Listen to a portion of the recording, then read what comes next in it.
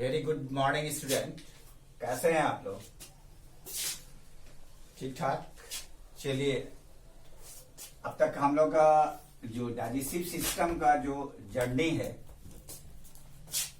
वो जर्नी आज लास्ट होगा। जब आदमी लॉन्ग टूर करता है ना, लॉन्ग डिस्टेंस का जो जर्नी करता है, तो अगर डायरेक्ट वे में अगर आप उसका जर्नी करते हैं तो बॉडी को भी हरासमेंट होता है, सफोकेशन होता है, इजी फील नहीं करता है। वही हाल है हमारे डाइजेस्टिव सिस्टम का। इस सिस्टम को जानने के लिए, इस सिस्टम के को कंसेप्ट करने के लिए आपको स्टेप बाय स्टेप जाना जरूरी है। हमने अब तक जो प्रीवियस चैप्टर में डिस्कस किया है कि किस तरह से डाइजेशन प्रोसेस स्टार्ट होता है माउथ से होते हुए इसोफेगस होते हुए स्टोमक में आता है, जहां बहुत ही बड़ा कॉम्प्लेक्स प्रोसेस होता है डाइजेशन का। बहुत बड़ा कॉम्प्लेक्स प्रोसेस होता है डाइजेशन का, जहां फूड 4 to 5 आवर वहां स्टोर्ड रहता है। तो पहला प्रोसेस हमने डिस्कस किया था इंजेशन के बारे में। दूसरा प्रोसेस डिस्कस किया था डाइजेशन के बारे में।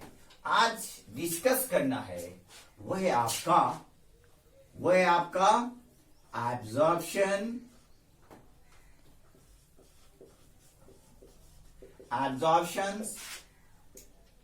Assimilation and egestion. ये इसी लास्ट प्रोसेस में आपका ये चैप्टर क्या होगा, क्लोज हो जाएगा। आप जानते हैं कि अगर एब्जॉर्प्शन की बात करें तो फूड का डाइजेशन कहां हो रहा है? फूड का डाइजेशन हो रहा है आपको स्टोमक में। फूड का एब्जॉर्प्शन कहां हो रहा है? फूड का एब्जॉर्प्शन हो रहा है आपको स्मॉल इंटेस्टाइन में। नहीं, कहां हो रहा है? स्मॉल इंटेस्टाइन में। जिस स्मॉल इंटेस्टाइन में क्या होता है, जिस स्मॉल इंटेस्टाइन को 3 पार्ट्स में आप डिवाइड कर सकते हैं। एक को कहा जाता है ड्यूडेनम, क्या बोलेगा? दूसरे को कहा जाता है जेजुनम, और तीसरे को कहा जाता है इलियम कहा जाता है। कहने का मतलब ये होगा, अगर आपने देखा कि स्टोमक तक फूड जो कॉम्प्लेक्स फॉर्म रहता है, जहां पीएच का जो वैल्यू है वो 2.5 से 1.8 से या 1.5 to 2.5 तक होता है। नहीं, आप जानते हैं ना कि ये जो आप देख लेते हैं, अगर किसी सॉल्यूशन का मतलब किसी सॉल्यूशन में अगर कम हाइड्रोजन आयन होगा, करने मतलब क्या है, किसी सॉल्यूशन में कम हाइड्रोजन आयन होगा तो उस घोल का पीएच क्या होता है? उस घोल का पीएच इंक्रीज करेगा। सब जानते हैं सबसे ज्यादा एसिडिक कहां होता है? सबसे ज्यादा acidic form, highly acidic form होता है स्टोमक में। जहां फूड कॉम्प्लेक्स होता है उसको तोड़ने के लिए आपका क्या होता है, HCl का एसिडिटी ज्यादा होना चाहिए। लेकिन वही HCl का एसिडिटी जहां इंक्रीज करता है तो उसके लिए म्यूकस होता है, जो म्यूकस वो आपको गैस्ट्रिक जूस या म्यूकस सिक्रीट करके आपके स्टोमक के वाल को, आपके इंटेस्टिनल के वाल को क्या करता है, वो प्रोटेक्ट करता है। यहां देखना है कि आपने देखा कि duodenum, jejunum, ileum consist of small intestines. ये 3 जो आपका जो ये पार्ट से स्मॉल इंटेस्टाइन का, जिससे क्या होता है, जिससे स्मॉल इंटेस्टाइन का फॉर्मेशन होता है। फूड कहां आया? फूड आया आपको, आपने देखा होगा कि प्रीवियस चैप्टर के डायग्राम में देखा होगा कि आपने देखा होगा कि फूड कहां आया? फूड आता है आपका इस इसोफेगस से इस ईसोफेगस से कहां आ रहा है, ये आता खुलता है आपको ये कार्डियक जो रीजन है स्टोमक का, और उसमें जो जो क्लोज और ओपन होता है, जो गाइडेड होता है, उसको आपने क्या कहते हैं, कार्डियक स्फिंक्टर कहा जाता है।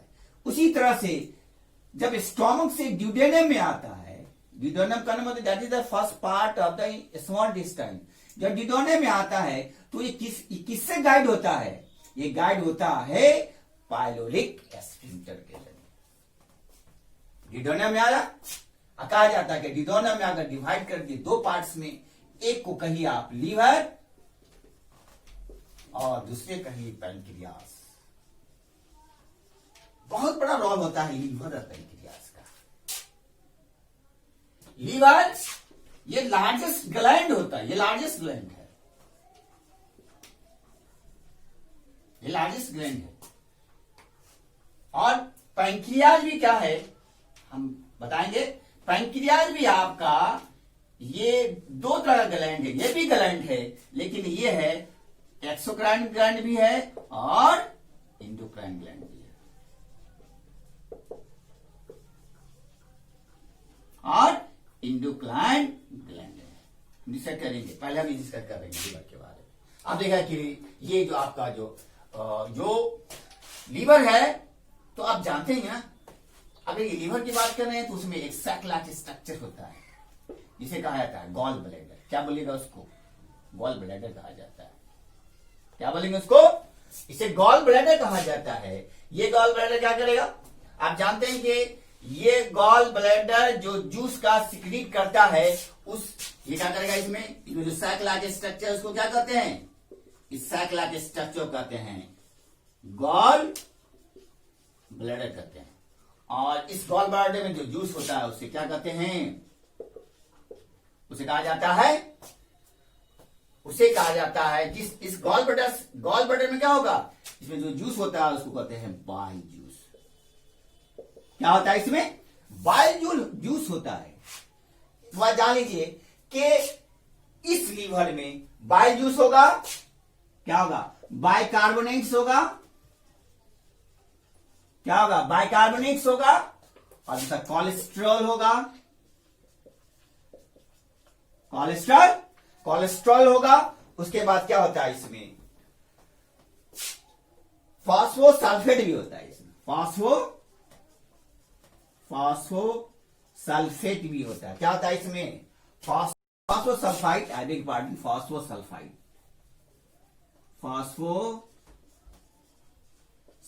भी होता है। ये पाया जाता है किसमें, ये पाया जाता है आपको लीवर में, लेकिन there is no enzymes are found. इसमें क्या होगा, इसमें एंजाइम्स क्या होगा, इसे एंजाइम नहीं पाया जाता है। तो क्या होगा, क्या का ये डाइजेशन करेगा।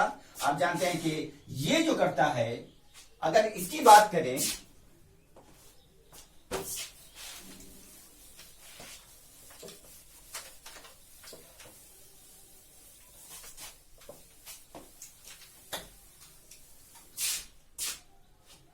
तो बाइल क्या करता है मालूम है, बाइल जो है ये एक्टिवेट करता है लाइपेज एंजाइम को।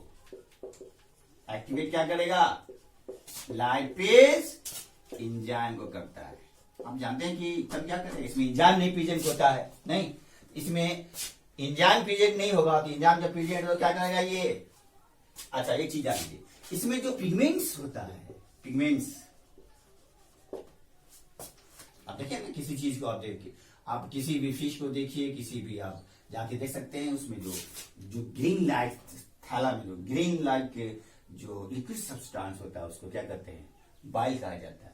इसमें दो तरह का पिगमेंट्स होता है, एक को कहते हैं बिलीरुबिन कहा जाता है, और दूसरे को कहा जाता है बिलीवर्डिन कहा जाता है। दो पिगमेंट्स है, क्या है, एक बिलीरुबिन है, दूसरा क्या है, बिलीवर्डिन है। ये हमारे जो बॉडी में होगा ना, अगर ये मतलब है कि सिक्रीट नहीं करता है, एक्सक्रीट नहीं होता है हमारे बॉडी से, तो एक बीमारी होती है जिसको क्या कहा जाता है, जॉन्डिस कहा जाता है।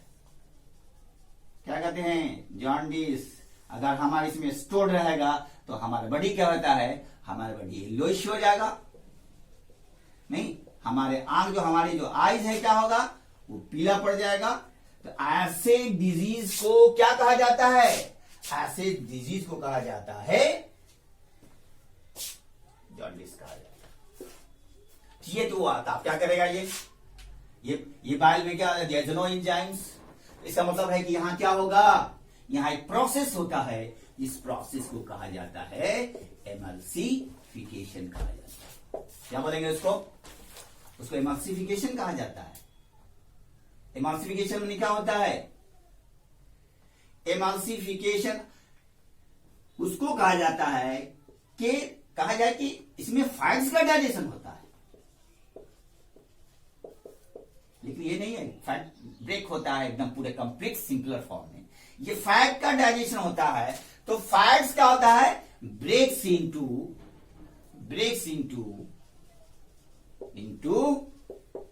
स्मॉलर ड्रॉपलेट्स, स्मॉलर छोटे छोटे ड्रॉपलेट्स में या छोटे से मिसेल्स में क्या होता है, इसको मिसेल्स भी कहा जाता है। छोटे ड्रॉपलेट्स में छोटे छोटे क्या होता है, मिसेल्स में क्या होता है, ये टूट जाता है, जिसे क्या कहा जाता है, इमल्सिफिकेशन कहा जाता है। क्या बोलेंगे उसको, इमल्सिफिकेशन। ये काम है आपका लीवर।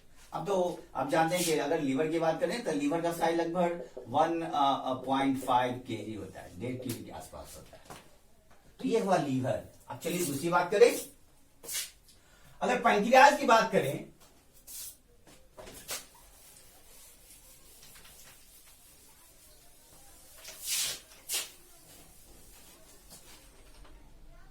देखिए जान लीजिए, अगर पैंक्रियाज की बात है, ये भी क्या है आपका ग्लैंड्स है। पैंक्रियाज क्या है, बहुत इंपॉर्टेंट ग्लैंड्स होता है। आपको बार बार ये कह रहे हैं कि आपका कंसेप्ट क्लियर होना चाहिए कि पूरे डाइजेस्टिव सिस्टम में एंजाइम्स और जूस और इसके अलावा क्या है कि हार्मोन्स का सबसे बड़ा रोल होता है। बगैर उसके आपका डाइजेस्टिव सिस्टम कंप्लीट नहीं हो सकता है। तो पैंक्रियाज क्या है, पैंक्रियाज ये एक्सोक्राइन ग्लैंड भी है, और दूसरा क्या है, इंडोक्राइन ग्लैंड से भी है। एक्सोक्राइन ग्लैंड भी और इंडोक्राइन ग्लैंड भी है। ग्लैंड समझ रहे हैं ना, ग्लैंड किसको कहा जाता है, ग्लैंड कहा जाता है जो हार्मोन सिक्रीट करता है। ग्लैंड किसको कहा जाए, जो हार्मोन सिक्रीट करता है, जो हमारे बॉडी को क्या करता है, कंट्रोल एंड कोऑर्डिनेट करता है। क्या करेगा, कंट्रोल एंड कोऑर्डिनेट करेगा। तो आप जानते हैं अगर एक्सोक्राइन ग्लैंड की बात करें तो एक्सोक्राइन ग्लैंड जो है, चूंकि पैंक्रियाज दोनों चीज है, एक्सोक्राइन ग्लैंड भी है, इंडोक्राइन ग्लैंड भी है। दोनों में डिफरेंस क्या होता है, आप जानते हैं एक्सोक्राइन ग्लैंड का मतलब होता है कि डक्टिंग ग्लैंड्स। डक्टिंग ग्लैंड्स कहा जाता है जो सिक्रीट करता है किस चीज को, एंजाइम्स को।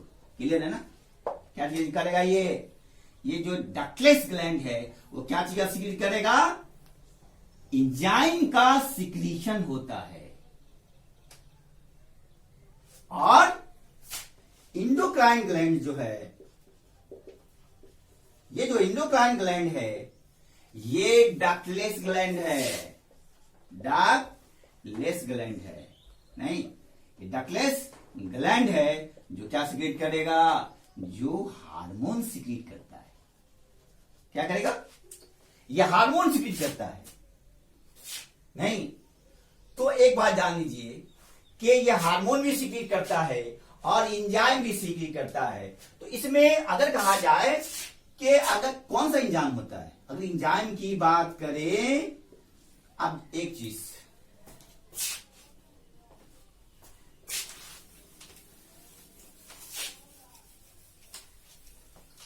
मतलब इसमें अगर कहा जाए स्मॉल इंटेस्टाइन की बात करें तो स्मॉल इंटेस्टाइन में क्या होगा, स्मॉल इंटेस्टाइन में जूस का भी सिक्रीशन होता है। नहीं, जिस जूस को क्या कहेगा, इंटेस्टिनल जूस। नहीं, और उसके बाद जो है इसमें एंजाइम का भी सिक्रीशन होता है, तो इसमें हार्मोन का भी सिक्रीशन होता है। तो कहने मतलब जो जूस होगा उसे इंटेस्टिनल जूस कहा जाता है। जो एंजाइम होगा इसमें डिफरेंट टाइप्स का क्या होता है, एंजाइम पाया जाता है। क्या आ जाता है, डिफरेंट टाइप का एंजाइम पाया जाता है। उसमें से पहला एंजाइम है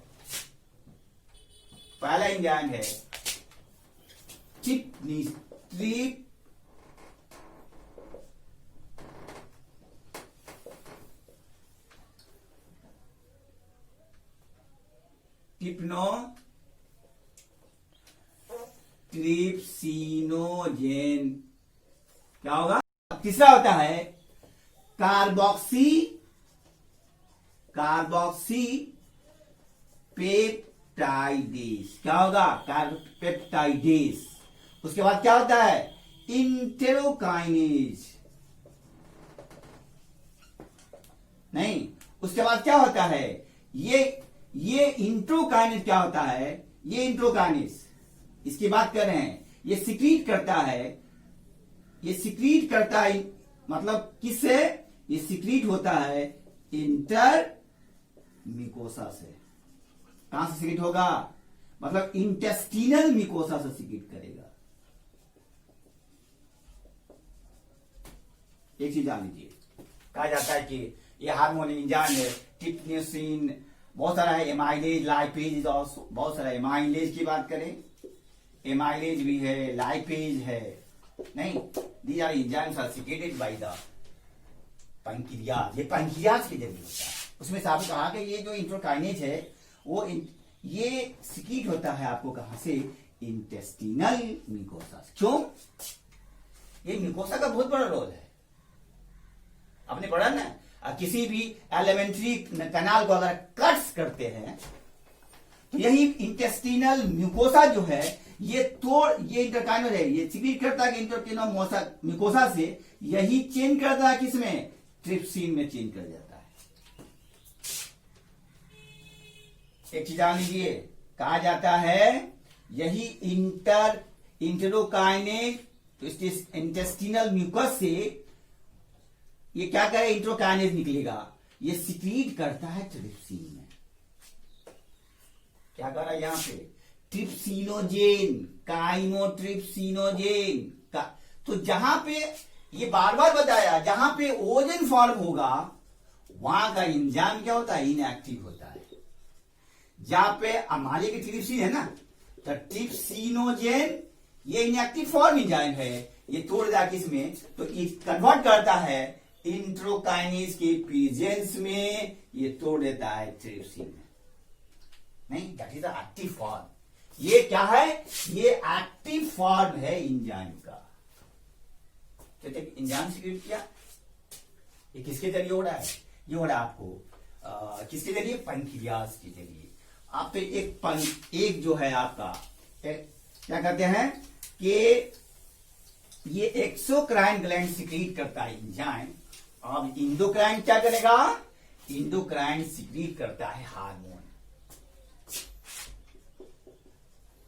इंडोक्राइन क्या करेगा, इंडोक्राइन जो आपका पैंक्रियाज है, तो पैंक्रियाज को आप क्या करें, इंडोक्राइन ग्लैंड है, ये क्या सिक्रीट करेगा, ये हार्मोन सिक्रीट करता है।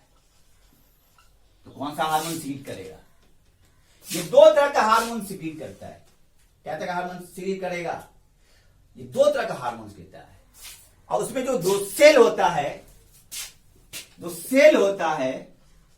सेल के जरिए एक को कहते हैं अल्फा सेल्स और दूसरे को क्या कहते हैं, बीटा सेल। क्या बोलेगा, बीटा सेल कहा जाता है। नहीं, क्या कहेगा इसको, एक को कहेगा अल्फा सेल और दूसरे को क्या कहेगा, बीटा सेल होता है। जो अल्फा सेल से जो सिक्रीट होता है उसको ग्लूकागॉन कहा जाता है। क्या बोलेगा, और बीटा सेल से जो सिक्रीट होता है उसको इंसुलिन कहा जाता है, इंसुलिन हार्मोन कहा जाता है। नहीं, क्या बोलिएगा, जो हार्मोन पैंक्रियास सिक्रीट करता है ना, वो दो तरह का हार्मोन सिक्रीट करता है। एक को कहते हैं, अगर डायरेक्ट वे में आप बुक में लिखिएगा तो कह देता है, आपने पढ़ चुके ग्लूकागोन, इंसुलिन जो है ये जो हार्मोन सिक्रीट है पैंक्रियास के, एक चीज सेल से सिक्रीट होता है। ये सिक्रीट होता है अल्फा सेल से ये ग्लूकागोन, बीटा सेल से इंसुलिन। क्लियर है? बीटा सेल से क्या होगा? ये इंसुलिन का सिक्रीशन करता है। तो काम क्या करता है, इसका फंक्शन क्या है, इसका वर्क क्या है? आप जानते हैं ना कि पैंक्रियास जो है हमारे शुगर लेवल को मेंटेन करता है। वैसे भी आप जानते हैं कि हार्मोन है जो हमारे बॉडी को कंट्रोल एंड कोऑर्डिनेशन करता है, ना इंक्रीज होने देगा ना डिक्रीज होने देगा, ना इंक्रीज होने देगा ना डिक्रीज होने देगा। तो ना इंक्रीज और ना डिक्रीज होने देता है, वो आपका हार्मोन ही होता है। वो हार्मोन के जरिए ही कंट्रोल कोऑर्डिनेशन होता है। तो ग्लूकागोन क्या करेगा और इंसुलिन क्या करेगा? ग्लूकागोन आप जानते हैं ना कि इसको कहा जाता है ये जो डिजीज कॉज करता है इसको हाइपोग्लाइसीमिया कहा जाता है। क्या बोलते हैं? हाइपोग्लाइसीमिया। ये जो डिजीज कॉज करता है उसको कहते हैं हाइपरग्लाइसीमिया। क्या कहते हैं? हाइपरग्लाइसीमिया। हाइपो मतलब जिसका लेवल कम होता है, हाइपर का मतलब जिसका लेवल ग्लूकोज का लेवल ज्यादा होगा। नहीं, एक सीधा सा ध्यान दीजिएगा कि ग्लूकागोन की बात दोनों शुगर लेवल को मेंटेन करता है। एक अगर डिक्रीज हो गया तो ये ग्लूकागोन हो, अगर ये इंक्रीज कर गया तो इंसुलिन हो गया। जब ग्लूकोज लेवल इंक्रीज करेगा तो that means cause the disease is called diabetes mellitus। कौन सा बीमारी होगा? ये डायबिटीज मेलिटस कॉज करता है। मतलब ये जो डिजीज करेगा इसे क्या कहता है? अगर इसको कहे तो डायबिटीज मेलिटस कॉज करता है। तो कहा जाता है कि जिसको डायबिटीज का बीमारी होता है, शुगर लेवल इंक्रीज करता है, तो जाहिर सी बात है तो जब ये होता है तो उसको क्या करता है? इंसुलिन दिया जाता है, इंसुलिन का इंजेक्शन दिया जाता है, तब जाकर क्या होगा? इसका लेवल नॉर्मल होता है, इसका लेवल बैलेंस होता है। लेकिन अगर क्या होता है कि अगर डिक्रीज कर गया तो हाइपोग्लाइसीमिया। हाइपो का मतलब होता है कि लो, हाइपर का मतलब हाई होता है ना। Hypertension, hypotension. जब ब्लड प्रेशर पढ़ेंगे नेक्स्ट क्लास में, जब ब्लड का प्रेशर बढ़ता है ना तो हाइपोटेंशन कहा जाता है। जब लो होता है हाइपोटेंशन कहा जाता है। वहीं हाइपो और हाइपर, ये कंसेप्ट क्लियर होना चाहिए कि हाइपो और हाइपर का मतलब होता है कि इंक्रीज और हाइपो का मतलब है डिक्रीज। जिसमें शुगर लेवल कम हुआ तो वहां आपको हाइपोग्लाइसीमिया होता है। ग्लाइसीमिया का मतलब होता है ग्लूकोज का लेवल हाई होगा, हाइपरग्लाइसीमिया। इसका मतलब क्या होगा? ग्लूकोज इसका लेवल कम होगा तो ऐसे को ग्लूकॉन कहते हैं। तो आप क्या होता है? आप खा सकते हैं, शुगर ले सकते हैं। कमी है तो आप उसको पूरा करने के लिए आप शुगर ले सकते हैं। डॉक्टर प्रिस्क्राइब करता है, ऐसे पेशेंट को डॉक्टर ये कार्ड प्रोवाइड करता है, वो लिखा रहता है कि अगर इंक्रीज है या डिक्रीज है। अगर इंक्रीज है तो वहां शुगर लेवल वो दिया जाता है, उसके पॉकेट में चॉकलेट होता है तो ये फिर लाकर उसको फिर इंक्रीज किया जाता है। ये हुआ आपका क्या? ये हुआ आपका पैंक्रियास। तो देखा कि लीवर से जो, चूंकि लीवर में क्या है आप एक चीज जान लीजिए, चूंकि ये पैंक्रियास चूंकि स्मॉल इंटेस्टाइन है ना, तो स्मॉल इंटेस्टाइन या इसमें जो जूस सिक्रीट करता है, ये जूस सिक्रीट किसके वजह से करते? क्या कहते हैं उसको? इंटेस्टिनल जूस कहा जाता है। क्या बोलते हैं उसको? इंटेस्टिनल जूस कहा जाता है। नहीं, क्या बोलिएगा उसको? Intestine juice. आप जानते हैं कहां से होगा? म्यूकस की बात करते हैं। आप जानते हैं म्यूकस में क्या होता है? इसमें जो सेल होता है उसको क्या कहते हैं? गॉबलेट सेल का होता है। गॉबलेट सेल क्या होता है? म्यूकस का फॉर्मेशन होता है, म्यूकस सिक्रीट करता है। हमारे मतलब है कि एब्जॉर्प्शन पावर क्या करता है? ये इंक्रीज करता है, उसके सरफेस एरिया को इंक्रीज करता है। आप जानते हैं ना, अगर इसकी बात करें कि इसमें एक फिंगर लाइक प्रोजेक्शन होता है। इसमें क्या होता है, एक फिंगर लाइक प्रोजेक्शन होता है। आप देखेंगे कि इसमें जो फिंगर लाइक प्रोजेक्शन होता है स्मॉल इंटेस्टाइन में, लाइक प्रोजेक्शन होता है, उसको कहा जाता है विलाई। क्या कहा जाता है, ये विलाई। क्लियर।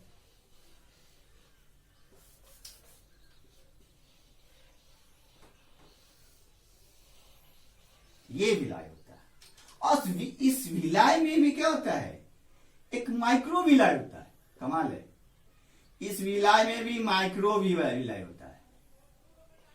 अरे भाई, इसका काम है क्या, विलाई का काम होता है, क्योंकि एक चीज जान लीजिए आप, ये स्प्रिंग है ना, और ये स्प्रिंग, ये एक स्ट्रेट लाइन, अगर इसको स्ट्रेच करेंगे ना तो इसका सरफेस एरिया क्या होगा, बढ़ जाएगा। बढ़ेगा कि नहीं बढ़ेगा। अगर स्प्रिंग में शॉर्ट रखेंगे तो क्या होगा, इसका वही फॉर्म है आपका, स्प्रिंग का फॉर्म मिला है। ये सरफेस एरिया को क्या करेगा, ये इंक्रीज करता है। वही नहीं, इसमें क्या होता है, जो इसमें खांच होता है, जो गड्ढा होता है, उसे क्या कहते हैं, उसे क्रिप्स कहा जाता है। क्या बोलते हैं वो आप देखेंगे।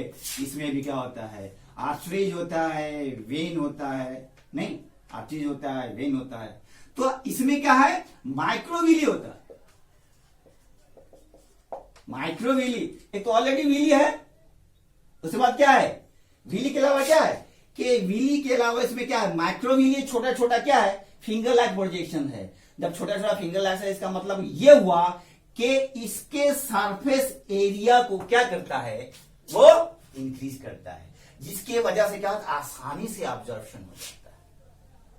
अब आगे चलिए। अब यहां देखिए, आप कहा जाता है कि ये जो गैस के क्या कहते हैं, ये जो इंटेस्टिनल जूस है,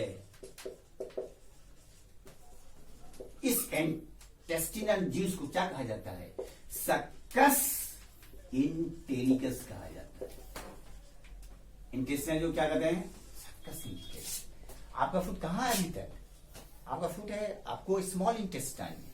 वहां का अगर कहा जाए कि पोटेंशियल ऑफ हाइड्रोजन जो है, पोटेंशियल ऑफ हाइड्रोजन मतलब क्या हुआ, पीएच, पोटेंशियल ऑफ जो हाइड्रोजन होता है वो 7 पॉइंट से ज्यादा होता है। इसलिए इस पोजीशन में जब तक आपके स्टोमक में था एसिडिक ज्यादा था, एसिडिटी था, लेकिन यहां जो फूड है, स्मॉल इंटेस्टाइन जो फूड है, वो मीडियम आपका क्या है, अल्कलाइन मीडियम। तो सारा जूस जो है, सारा जो मटेरियल्स है, जो आपको माउथ से लेकर के, इसोफेगस से लेकर के, स्टोमक से लेकर के इन करता है स्मॉल इंटेस्टाइन में। और जैसे ही स्मॉल इंटेस्टाइन होता है, वहां पे जो जूस होता है उसको कहा जाता है सक्कस इंटेरिकस। आपका फूड जो है वो छोटे छोटे कण में, मॉलिक्यूल्स में ब्रेक हो जाता है। नहीं, क्या होता है, छोटे छोटे कण में ब्रेक हो जाता है। आप जानते हैं इसमें जो इंजाइम्स होता है, इसमें भी इंजाइम्स होता है, बहुत बड़ा रोल होता है। बगैर इंजाइम्स के क्या होगा, कंप्लीट नहीं हो सकता है। इसमें क्या होता है, इसमें होता है डाइसैकेराइडेज, डाइसैकेराइडेज का होता है। उसके बाद क्या होता है, डाइपेप्टाइडेज, इसके लास्ट में एज लगा होता है ना, उसको क्या कहते हैं, इंजाइम कहा जाता है। क्या बोलते हैं उसको, इंजाइम कहा जाता है। उसके बाद क्या होता है, nucleosidase, these are the enzymes. नहीं, क्या होता है इसमें, न्यूक्लियोसाइडेज होता है। उसके बाद क्या होता है, बाई कंपाउंड भी होता है, बाई कार्बोनेट्स भी होता है, बाई कार्बोनेट्स भी होता है। These are the enzymes of the intestinal juice. जो क्या होता है, मत एक चीज जान लीजिए, ये सारा प्रोसेस कहां चलता है, सारा प्रोसेस चलता है आपको इंटेस्टाइन में चलता है, जहां इंजाइम है, जहां हार्मोन है, वो सब मिलकर के आपको क्या करेगा, फूड का ऑब्जॉर्प्शन करेगा, फूड को सही से क्या होता है, डाइजेशन करता है। उसके बाद क्या होगा, एक चीज बता दें यहां पे कि ये सारा जो फॉर्म है वो हम एक रिएक्शन के अकॉर्डिंग तुम बताएंगे। ये सारा जो आपने देखा कि इंजेक्शन में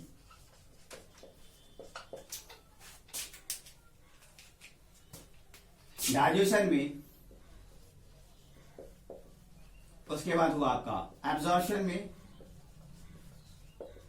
उसके बाद क्या है असिमिलेशन में। ये सारा जो प्रोसेस होगा ना, उसको हम एक ये जो यहां से यहां तक की बात करें तो आपको हम रिएक्शन के थ्रू क्या होगा एक फ्लो चार्ट के जरिए क्या बताएंगे। लेकिन आप यहां पर रुक जाइए, अब आगे चलते हैं। क्या आप जानते हैं कि जैसे ड्यूडेनम से लीवर से पैंक्रियाज जब इन करता है तो कहां जाता है, मतलब अगर कहा जाए कि ड्यूडेनम होते हुए कहां जाता है। आप जैसे ही यहां प्रोसेस चला, सारा प्रोसेस चला किस तरह से एंजाइम के, किस तरह से इंटेस्टाइन में यूज होता है, वो ड्यूडेनम होते हुए कहां जाएगा, ए लॉन्ग क्वाइट ट्यूब्यूल होता है, जिसको क्या कहते हैं जेजुनम कहा जाता है। क्या बोलते हैं, जेजुनम होता है। और जेजुनम के बाद कहां इन करता है, जहां इलियम में इन करता है। ये दोनों चीज है जो वो क्या करेगा कंप्लीटली का, यहां इसका दोनों का काम है एब्जॉर्प्शन, जो भी है वो फूड को यहां एब्जॉर्ब कर लिया जाएगा। वैसे कहा जाता है कि इलियम जो है जहां कंप्लीट डाइजेशन होता है, कंप्लीट डाइजेशन इलियम आगे कंप्लीट डाइजेशन होता है, उसके बाद क्या होगा आप फूड इंटर करता है आपको लार्ज इंटेस्टाइन में। तो एक चीज जान लीजिए, यहां तो कंप्लीट हो गया, यहां इलियम आ गया। आप जानते हैं देखें कि यहाँ लॉन्ग क्वाइट ट्यूब्यूल इसको आप जेजुनम कहते हैं और इलियम कहते हैं। मतलब ये इस होते हुए आपको जाएगा कहां, ये होते हुए आपको इन करता है इस लार्ज इंटेस्टाइन में, लार्ज इंटेस्टाइन में। अब यहां करना क्या है इंटेस्टाइन में, तो जो फूड का डाइजेशन हो जाता है, ऑब्जर्प्शन होता है कंप्लीटली रूप से, इलियम होते हुए ये इन करेगा कहां ब्लड वेसल्स में, और ब्लड वेसल्स से होते हुए कहां जाता है टिश्यू में जाता है, सेल्स में जाता है, जहां आपको क्या होगा एनर्जी फील होगा। यही प्रोसेस है, मतलब है कि ये जो जाता है कहां से सेल तक या टिश्यू तक, इसी को एसिमिलेशन प्रोसेस कहा जाता है।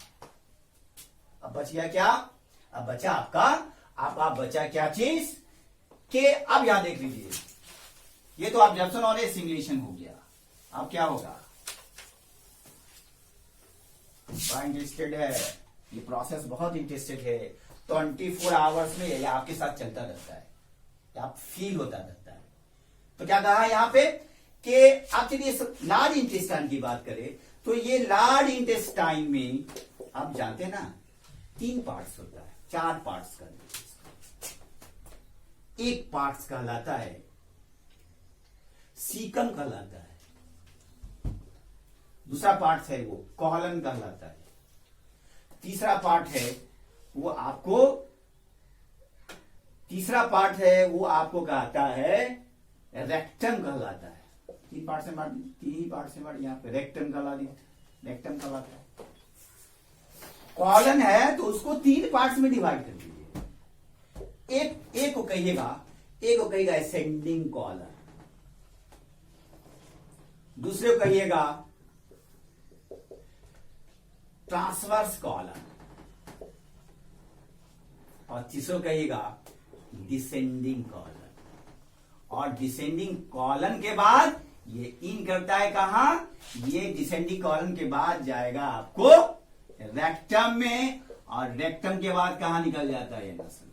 ये एक कंसेप्ट है, ये एक फ्लो चार्ट है कि लार्ज इंटेस्टाइन में 3 पार्ट सीकम कॉलन रेक्टम। जो क्या होगा आप जानते हैं ना, कहा जाता है कि अगर इसकी बात करें, अगर आप डायग्राम देखते हैं ना कि ये जो स्ट्रक्चर होता है, लार्ज इंटेस्टाइन का, ये जो स्ट्रक्चर है लार्ज इंटेस्टाइन का,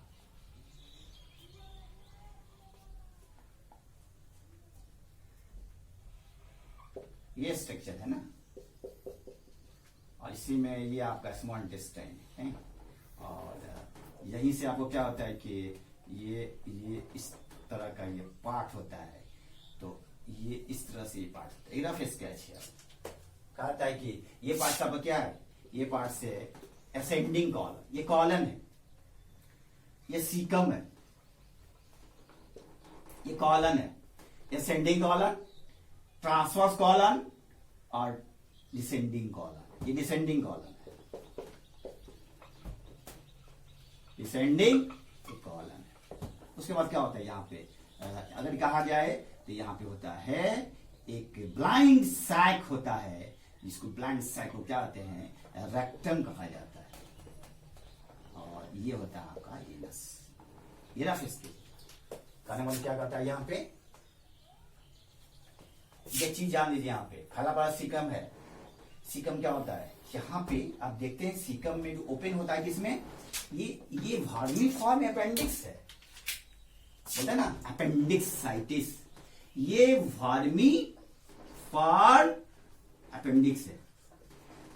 पता ना किसी बच्चे को दर्द होता है, अपेंडिसाइटिस हो गया, अपेंडिक्साइटिस हो गया, तो वहां पेन होता है, दर्द होता है, ये महसूस करता है। लेकिन ये इसका मतलब कहा जाता है कि ये आपको जो है ये फंक्शनलेस पार्ट है, ये इंडिकेट करता है, ये एविडेंस ऑफ एवोल्यूशन को। वर्मीफॉर्म अपेंडिक्स किसको करता है, एविडेंस ऑफ एवोल्यूशन को, एक सबूत है कि एवोल्यूशन हुआ। लेकिन आज की बात नहीं है, ये जो कि आपका अपेंडिक्स है, वर्मीफॉर्म अपेंडिक्स है, उस जमाने में, हमारे पूर्वज के जमाने में, जिस जमाने में आपका हाइजेनिक फूड नहीं मिलता था, और उस जमाने में जब हाइजेनिक फूड नहीं मिलता था तो वहां पे क्या होता था, यहां पे आपको सिम्बायोटिक बैक्टीरिया होता था, सिम्बायोटिक बैक्टीरिया होता था, जो सिम्बायोटिक बैक्टीरिया आपको फूड को क्या करता था, डाइजेस्ट करता था।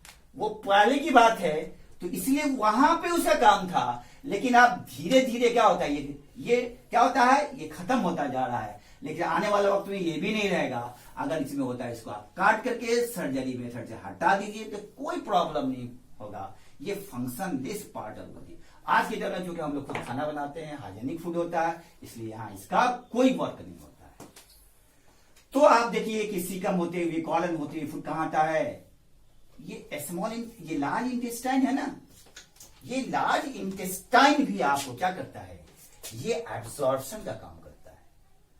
ये उसके अलावा क्या करता है, ये लार्ज इंटेस्टाइन जो है, ये लार्ज इंटेस्टाइन क्या करेगा, वाटर का एब्जॉर्प्शन करता है। स्मॉल इंटेस्टाइन क्या कर रहा है, फूड का एब्जॉर्प्शन कर रहा है। यहाँ क्या चीज का एब्जॉर्प्शन कर रहा है, वाटर का एब्जॉर्प्शन कर रहा है। सारी चीजें जान लीजिए। जैसे ये पार्ट होते हुए, कॉलन होते हुए डिसेंडिंग पार्ट में जाएगा, वहां पे रेक्टम होता है, और वो रेक्टम एक ब्लाइंड सैक लाइक स्ट्रक्चर है, जहां आपका स्टूल स्टोर्ड होता है, और स्टोर्ड होने के बाद time to time passes through the anus. Time तो क्या होगा, वहां से एनस से क्या होगा, पास होगा। That is the process of called the ingestion. मतलब ये लार्ज इंटेस्टाइन में ये प्रोसेस को क्या कर रहे हैं, इंजेशन कहा जाता है। देखा ये किस तरह से लार्ज इंटेस्टाइन में काम क्या करता है, वाटर का एब्जॉर्प्शन करता है डिफरेंट पार्ट से होते हुए, जिसमें सीकम होता है, क्या कहते हैं, इसमें सीकम होता है। उसके बाद असेंडिंग और डिसेंडिंग कॉलन होता है, वो ओपन होता है रेक्टम में, जहां जिसको ब्लाइंड सैक कहा जाता है, जो टाइम टू टाइम वहां पे स्टोर होता है और टाइम टू पास होता है westward duct through the anus. ये था आपका क्या, ये था आपका होल प्रोसेस। कहां से स्टार्ट किए हम, स्टार्ट किए आपको इंजेशन, डाइजेशन, एब्जॉर्प्शन, एसिमिलेशन, एंजेशन। लेकिन एक चीज जान लीजिए, अब एक रिएक्शन की बेस पे आप जान सकते हैं, एक रिएक्शन के बेस पे आप देखते हैं, इस रिएक्शन के बेस पे क्या करना पड़ेगा, आप जानते हैं ना कि प्रोटीन है, हर चीज है। एक चीज आप जान लीजिए, वहां पे क्या है, प्रोटीन है, फैट्स, ये मैक्रोमोलिक्यूल्स है, प्रोटीन है, फैट्स है, लिपिड्स है। आप जानते हैं कि प्रोटीन, कार्बोहाइड्रेट्स, ये आपका मैक्रोमोलिक्यूल्स है। सिंपल से वे, जब ये मैक्रोमोलिक्यूल्स है, जब ये कॉम्प्लेक्स फूड होता है, तो आप जानते हैं कि डायरेक्ट अगर कहा जाए, कार्बो ठूल जाता है ग्लूकोज में, प्रोटीन टूट जाता है किसमें, अमीनो अमीनो एसिड में टूट जाता है, और फैट टूट जाता है फैटी एसिड में प्लस। लेकिन आप देखेंगे आगे होल, अगर इसमें देखते हैं कि प्रोटीन और पेप्टॉन्स और पेप्टाइडेज। अब यहां देख लीजिए के प्रोटीन्स, पेप्टॉन्स,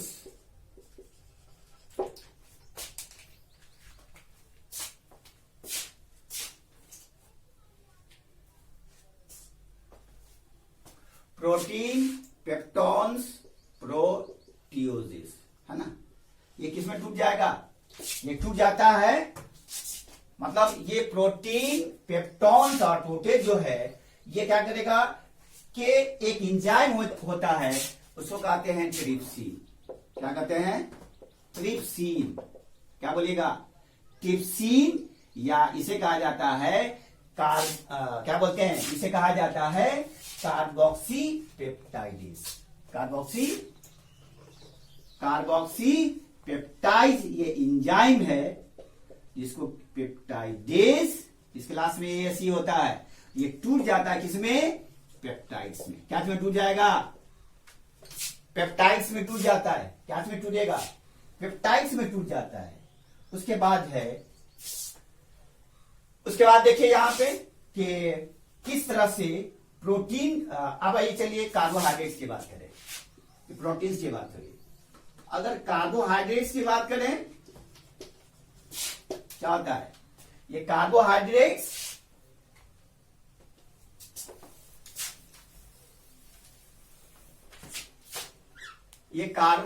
की बात करें, इसमें कौन सा एंजाइम होता है, इस कार्बोहाइड्रेट कौन सा एंजाइम होता है, इसमें होता है पॉलीसैकराइडेज। पॉलीसैकराइडेज होता है। क्या बोले, इसमें पॉलीसैकराइड होता है जो ब्रेक करता है किसमें, डाइसैकराइड्स में। किसमें चेंज कर जाएगा, डाइसैकराइड्स में चेंज कर जाता है।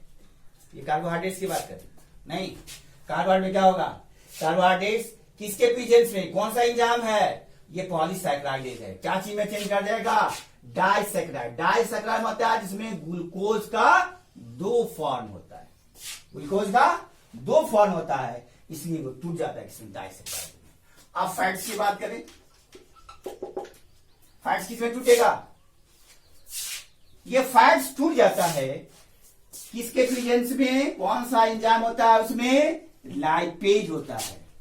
तो क्या इसमें टूटेगा, ये टूट जाता है डाइग्लिसराइड में, डाइग्लिसराइड में टूट जाता है। ये किसमें टूट जाएगा, ये टूट जाता है आपको मोनोग्लिसराइड में, मोनोग्लिसराइड में टूट जाता है। दूसरा फैट्स है, तो हमने कहा था फैट्स को किसमें तोड़े थे, फैट को तोड़ते फैटी एसिड में या ग्लिसरॉल में। इसको किसमें तोड़ना है, इसको तोड़ना है डाइग्लिसराइड और मोनोग्लिसराइड में। डाइग्लिसराइड्स क्या तोड़ दिए, डाइग्लिसराइड में और मोनोग्लिसराइड में। इसमें तोड़ेगा, मोनोग्लिसराइड में,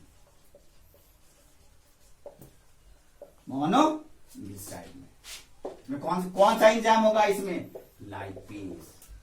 लाइपेज हमें लिपिड पे कंट्रोल करता है, लाइपेज हमें क्या करेगा, लिपिड पे कंट्रोल करेगा। तो ये जो लाइपेज है, अगर कार्बोहाइड्रेट की बात करें तो पॉलीसैकराइड्स, अगर फैट्स की बात करें तो ये भी लाइपेज, फैट्स की बात करें तो ये भी लाइपेज। तो लाइपेज ये टूट जाता है किसमें, ये टूट जाता है डाइग्लिसराइड्स में और मोनोसिगन। 2 बार लिखा है, डाइग्लिसराइड और फैट टूट जाता है लाइपेज और डाइग्लिसराइड और मोनोग्लिसराइड में। अब क्या होता है, अब यहां होता है कि न्यूक्लियोसाइड की बात करें,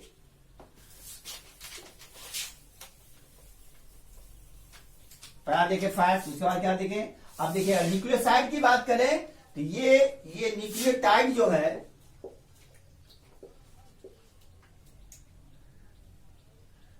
ये न्यूक्लियोटाइड जो है ये टूट जाता है किसमें, ये टूट जाता है आपको न्यूक्लियेज एंजाइम के प्रेजेंस में, न्यूक्लियेज एंजाइम के पेश में टूट जाता है, न्यूक्लियोटाइड्स और न्यूक्लियोसाइड्स में।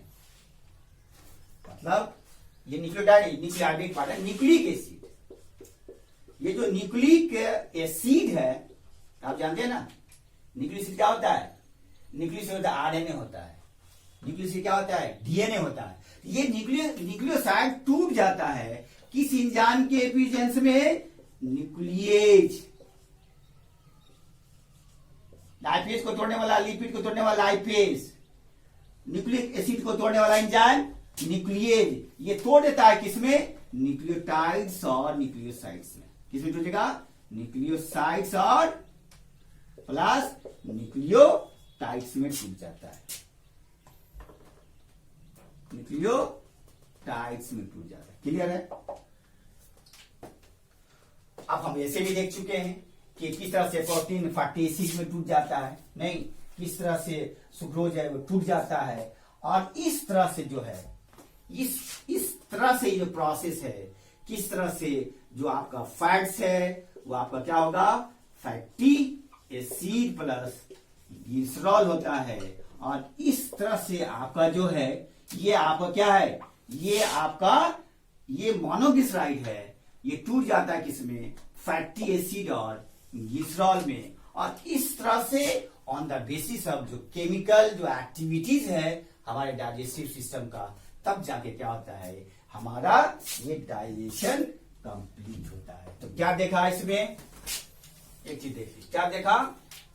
आप अगर इन ब्रीफ की बात करें, अब एक चीज और देखना है कि अगर हमारा डाइजेस्टिव सिस्टम डिसऑर्डर होगा तो क्या होगा? अगर डिसऑर्डर होता तो क्या होता है? बताए थे ना कि हमारा अगर डाइजेस्टिव सिस्टम डिसऑर्डर होने की वजह क्या है?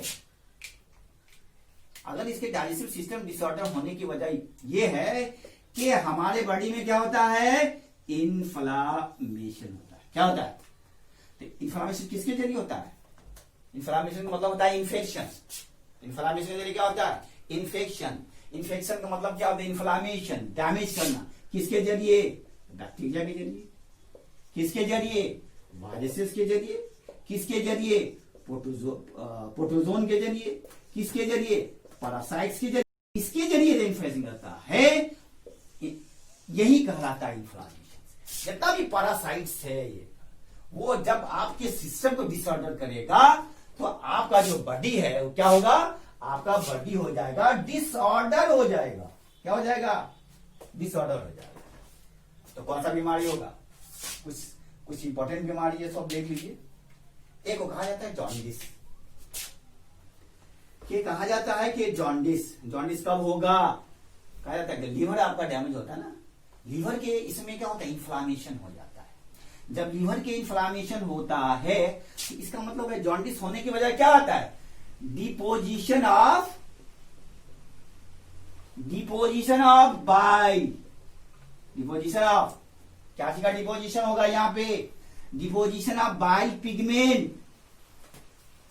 तो बाइल पिगमेंट क्या होता है? बाइल पिगमेंट होता है आपका बिलीरुबिन और बिलीवर्डिन। हम डिस्कस कर चुके हैं। उसमें क्या होगा? उसमें होगा आपका बिलीरुबिन और दूसरा क्या होगा? बिलीवर्डिन होता है। These are the pigments. ये पिगमेंट अगर आपके बॉडी में स्टोर होगा तो क्या होगा? आपका आइस पीला हो जाएगा, आपका स्किन पीला होगा। ऐसे बीमारी को क्या कहते हैं? ऐसी बीमारी को आप जॉन्डिस कहा जाता है।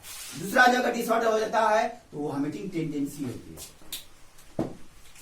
दूसरा होगा तो वॉमिटिंग टेंडेंसी होती है। वॉमिटिंग टेंडेंसी एक चीज जान लीजिए। वॉमिटिंग टेंडेंसी होती है जब आपका ये वॉमिटिंग टेंडेंसी कहां से कंट्रोल करता है? ये वॉमिटिंग टेंडेंसी कंट्रोल होता है मेडुला रीजन से। जितना भी चीज है, अगर एक चीज देखेंगे यहाँ पे कि जिस तरह से आपका अनडाइजेस्टेड फूड जब रेक्टम में स्टोर होता है तो वहां पे न्यूरल सिग्नल देता है। और जिस न्यूरल सिग्नल मतलब एनएस नर्वस सिस्टम है ना, न्यूरल सिग्नल देता है। जिस न्यूरल सिग्नल के थ्रू क्या होता है? वो रिलैक्स होता है। तब जाकर क्या होता है? आपका जो स्टूल है वो इजीली पास हो जाता है। नहीं, तो इसके पास एक चीज अगली, जब वॉमिटिंग टेंडेंसी होने का, यहाँ आपको जो मेडुला क्या होता है, ये मेडुला आपको क्या होता है, रेगुलेट करता है। इस चीज को आप देख के उल्टी करते हैं, लेकिन ये क्या होता है, रेगुलेशन होता है। कभी कभी क्या होता है कि अगर आपका डाइजेशन पचा नहीं, खाना नहीं पचा, तो क्या कीजिए, खाना डाइजेस्ट नहीं होता है, तो जब एसिडिटी हाई होता है, एसिडिटी हाई होगा तो वहां वॉमिटिंग टेंडेंसी होता है, नॉसिया कंडीशन होता है। क्या होगा, वहां नॉसिया कंडीशन होता है। दूसरी बात है, नेक्स्ट ये जो डिसऑर्डर डिजीज है वो क्या होता है, डायरिया कहलाता है। डायरिया मतलब क्या होता है, जब वही बॉवेल में जब वाटर का अमाउंट बढ़ जाता है, वाटर का अमाउंट बॉवेल में क्या होता है, बढ़ जाता है, सही ढंग से डाइजेस्ट नहीं होता है, पेट में गुडगुड होने लगता है, गुड़गुड़ाने लगता है, नहीं, वहां पे क्या होता है, वहां पर आपका बॉडी क्या होता है, डाइजेस्टिव सिस्टम सही, मतलब है कि सही ढंग से क्या होता है, पचता नहीं है, डाइजेस्ट नहीं होता है। इस कंडीशन में क्या होता है, वो लूज मोशन होता है। इस लूज मोशन से आपके बॉडी का डिहाइड्रेशन होता है। डायरिया करता है बैक्टीरिया, वैसे आपका बैक्टीरिया भी इन्फेक्ट करता है। मतलब कंटामिनेशन जो आप वाटर है, जो कंटामिनेशन वाटर है, अगर साफ सुथरा नहीं उससे भी होता है। जो आपका पैरासाइट, जो आपका वो जो है अमीबा, उससे भी क्या होता है, डिसेंट्री और डायरिया कॉज करता है। और लास्ट क्या है, लास्ट जो डिजीज है वो डिजीज है आपका कॉन्स्टिपेशन। क्या है, कॉन्स्टिपेशन को होता है कब्जियत। आपको सही ढंग से क्या होता है, आपका स्टूल डिस्चार्ज नहीं होता है, आपका स्टूल सही से फ्लो नहीं होता है, तो कैसे होगा, वहां पे रेक्टम में क्या होता है, रेक्टम में स्टूल का मूवमेंट नहीं होता है। रेक्टम में स्टूल का क्या होता है, मूवमेंट नहीं होता है, अनडाइजेस्टेड फूड रहता है। जब मूवमेंट नहीं होगा तो आपको क्या होगा, कॉन्स्टिपेशन होगा। जब आपका सही ढंग से एसिडिटी होगी, सही से डाइजेस्ट नहीं होगा, आपका कॉन्स्टिपेशन होगा। ऐसे डिसऑर्डर डिजीज को कॉन्स्टिपेशन कहा जाता है। क्या बोलेगा, तो देखा कि डिफरेंट टाइप्स का जो डिजीज है, जो हमारे डाइजेस्टिव सिस्टम जब डिसऑर्डर हो जाता है, तो आपने उस वक्त देखा, अगर आपका स्टोमक डैमेज हो जाएगा, वॉल ऑफ द स्टोमक जब डैमेज हो जाएगा, क्या होता है वहां पे, वो पेप्टिक अल्सर हो जाता है। पेप्टिक अल्सर डैमेज हो जाएगा और स्टूल के जरिए आपका क्या होता है, ब्लीडिंग होता है म्यूकस के साथ। आपने डिफरेंट डिसऑर्डर डिजीज देखा, जॉन्डिस देखा, वॉमिटिंग टेंडेंसी देखी, ये डायरिया देखा, कॉन्स्टिपेशन देखा। ये डेली में 24 आवर्स आप फील कर सकते हैं, करते भी हैं। कब, जब आपका सिस्टम डिसऑर्डर होगा, जब आपका सिस्टम बैलेंस होगा, ये सब बीमारी का कोई एक डिजीज का किसी का भी प्रॉब्लम नहीं आ सकता है।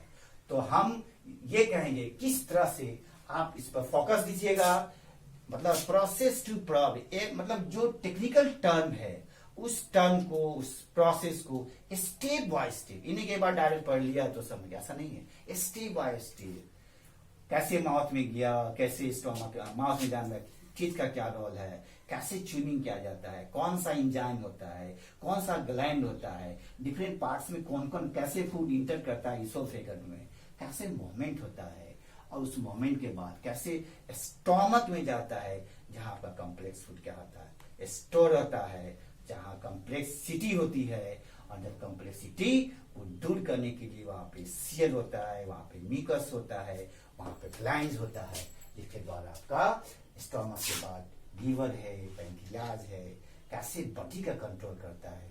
एक साइड आपका एंजाइम कंट्रोल करता है, दूसरा आपका क्या करता है, वो आपको हार्मोन कंट्रोल करता है। तीसरा जो है हार्मोन सिस्टम के अलावा क्या है, वो आपका न्यूरल सिस्टम भी कंट्रोल करता है। बगैर न्यूरल सिस्टम के आपका बॉडी क्या होता है, फंक्शन में नहीं रहेगा। जिस तरह से अगर वो रेक्टम में जाके अगर स्टोर रहता है, तो जैसे ही न्यूरल सिग्नल देता है, जैसे आप यूरिन का यूरिनी ब्लैडर में स्टोर होता है, तो यूरिन वहां पे न्यूरल सिग्नल देता है। जैसे ही न्यूरल सिग्नल देगा, तो वहां ब्लड, गॉल ब्लैडर जो है, वहां जो यूरिनी ब्लैडर जो है वो कंस्ट्रिक्ट करेगा, यूरिन जो है टाइम टू टाइम पास होगा। उसी तरह से जहां कंस्ट्रिक्ट करेगा, आपका रेक्टम मूव करेगा, तब स्टूल जाकर क्या होगा, पास होगा। तो ये है आपका, आपको ध्यान रखना है सारे प्रोसेस पे, एंजाइम पे, तब जाके आपका कंसेप्ट क्लियर होगा। Thank you. है।